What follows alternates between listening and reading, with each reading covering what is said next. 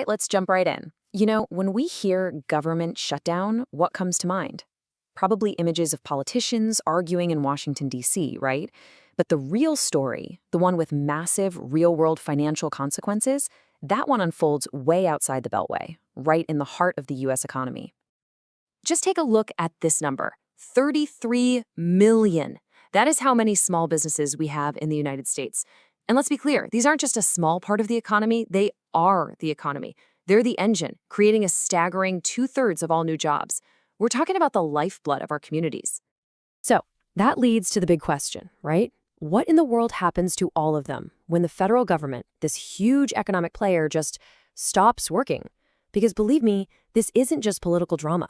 For these millions of businesses, it is a direct, immediate, and frankly, often devastating blow to their finances.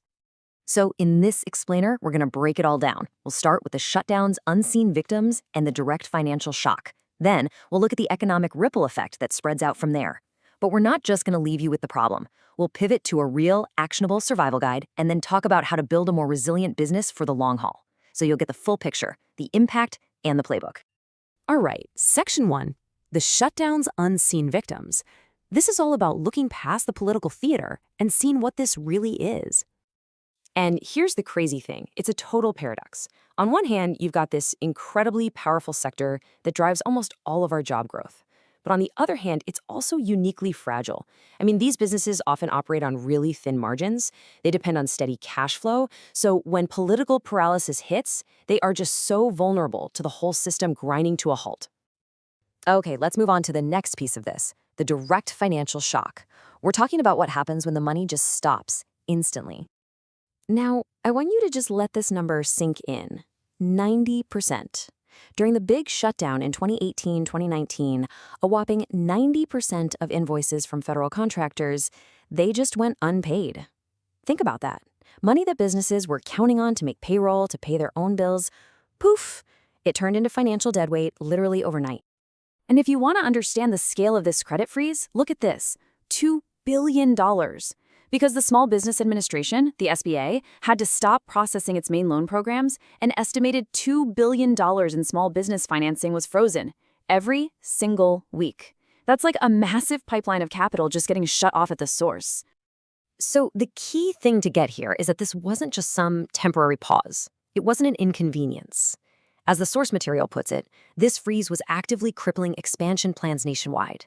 You had businesses ready to hire people, buy new equipment, expand, and they were just stopped dead in their tracks.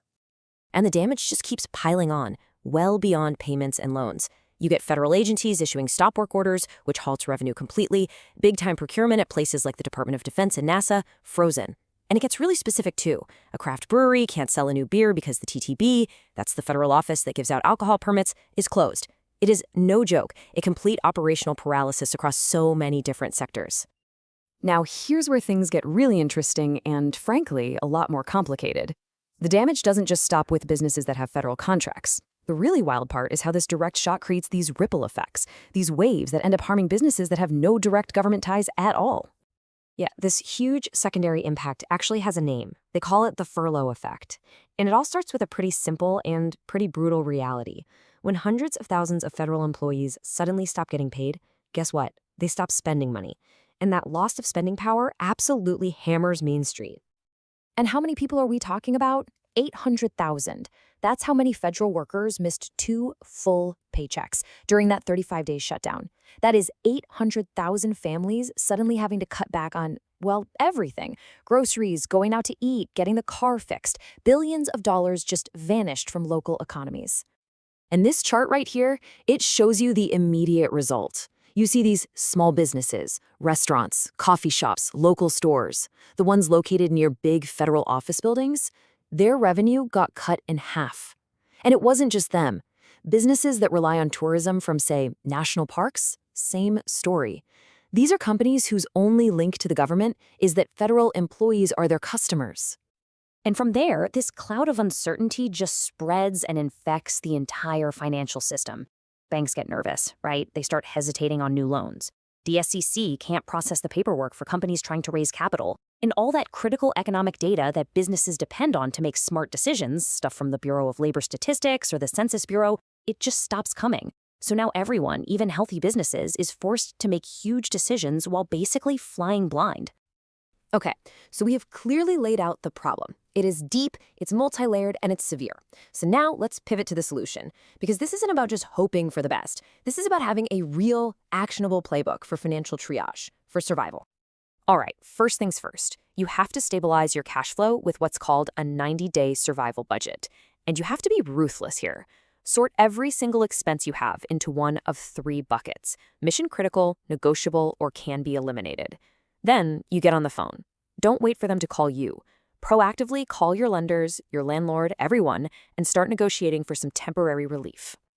And then, the second the government reopens, the clock is ticking. You have to move, and you have to move fast.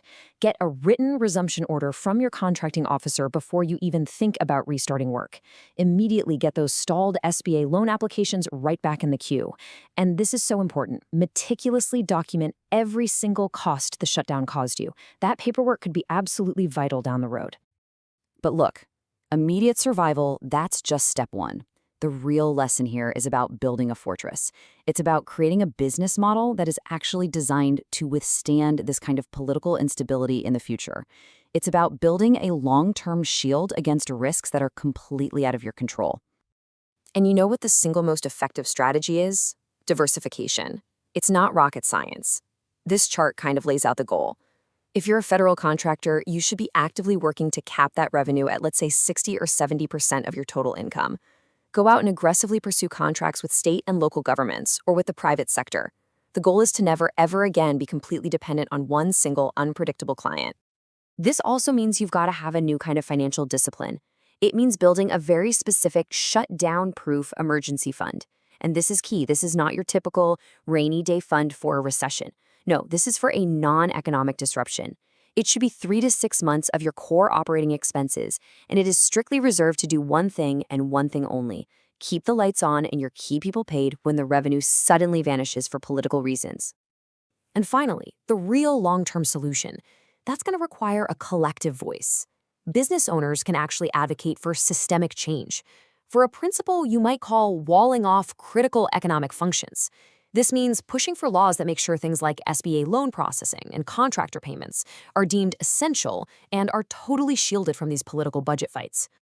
Because at the end of the day, as that huge crisis proved, these shutdowns are not just political theater, they are systemic economic disruptions.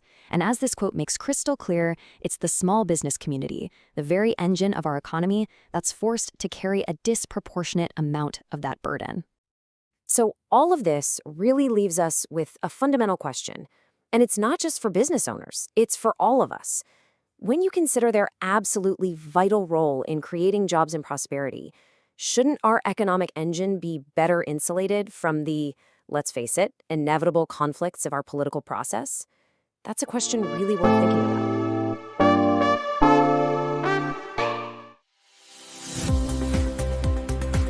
Food processing companies can fund their growth using the cash accounts receivable factoring can provide.